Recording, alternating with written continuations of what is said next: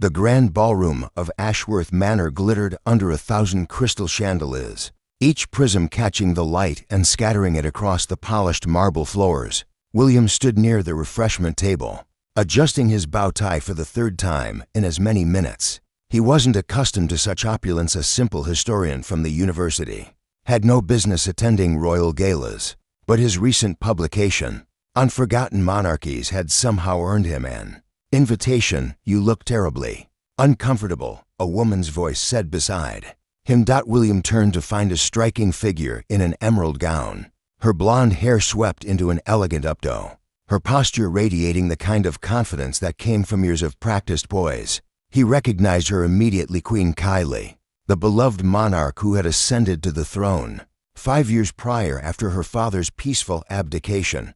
"Your Majesty," William stammered, attempting an awkward bow that nearly sent champagne glasses tumbling. She smiled, a genuine expression that softened her regal features. "Please, no need for such formality at a party. Though I must say, you're the first person tonight who looks as miserable as I feel." William relaxed slightly. "I'm not entirely sure why I'm here, to be honest.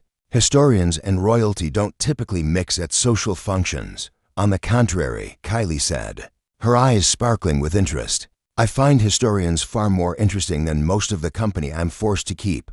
Tell me, what period do you specialize in?" "The Tudor era, primarily. Though lately I've been researching obscure royal lineages across Europe. It's fascinating how much of history gets buried. Even the parts about ruling families." They fell into easy conversation, discussing everything from Henry VIII's lesser-known policies to the architectural evolution of palace design. William found himself forgetting he was speaking to a queen. Kylie had a way of making people feel heard, of listening with genuine curiosity rather than polite obligation. As the evening wore on, they moved to a quieter corner of the ballroom, away from the orchestra and the swirling dancers. "You know," William said, emboldened by their rapport and perhaps one too many glasses of champagne, "I came across something peculiar in my research recently. Old palace records from about 30 years ago." Kylie's expression shifted almost imperceptibly, a flicker of something caution perhaps crossing her face. "Oh, what sort of records?" "Childhood documents, actually. Birth certificates, early education reports, that sort of thing. There was a notation about a young Princess Yu, I presume, but the handwriting was difficult to decipher. It mentioned a nickname, something the palace staff used privately." The color drained from Kylie's face. Her champagne flute trembled slightly in her hand. William continued, not noticing her reaction. "The name was Kiki, apparently. You insisted everyone call you that until you were about 7 years old.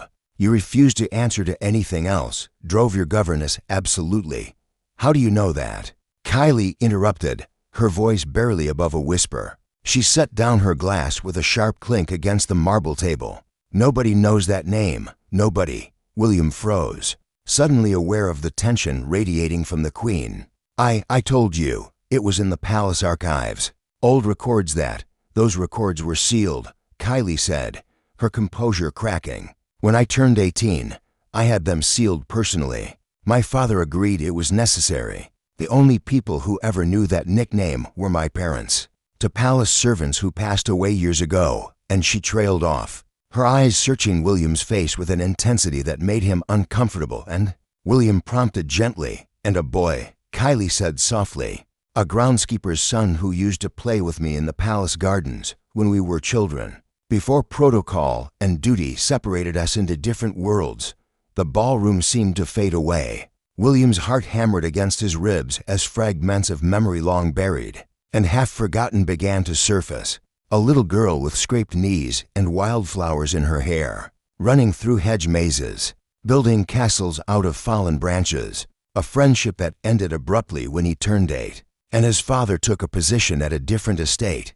"Kylie," he said, using her name without her title for the first time. "Kiki." Her eyes filled with tears, though she held them back with practiced restraint. "Well, little who caught frogs and brought me stolen pastries from the kitchen." I didn't recognize you," William breathed. "You were just Kiki back then. Not a princess. Just my friend. They moved your family away," Kylie said, a tremor in her voice. "One day you were there, and the next you were gone. No one would tell me why. I cried for weeks. My father never explained it either, William admitted. We just left. I asked about you for months, but eventually I forgot. Children do, don't they? Forget their first friends when life pulls them apart. They stood there in the glittering ballroom, surrounded by hundreds of people, yet utterly alone in their shared moment of recognition. 25 years had passed, transforming a groundskeeper's son into a respected historian and a lonely little girl into a queen. I looked for those records myself once, Kylie confessed. Years ago, when I first became queen, I wanted to remember what it felt like to be just a child, to be Kiki, but I could never find them. They were misfiled, William explained. Under the wrong year. I only found them by accident. Kylie laughed, a sound both joyful and sad. Some things are meant to be found, I suppose. Some people are meant to find their way back to each other, even after 25 years. Especially after 25 years, she said. And for the first time that evening, William saw not a queen, but the little girl who used to make him crowns out of daisies. The orchestra struck up a new waltz, and Kylie extended her hand. Dance with me, Will? Not as a queen and her subject, but as old friends. William took her hand, and as they moved across the ballroom floor, the past and present merged into something. Neither of them could have predicted a second chance at a friendship that had never truly been forgotten, only lost in the fog of time. Asterisk.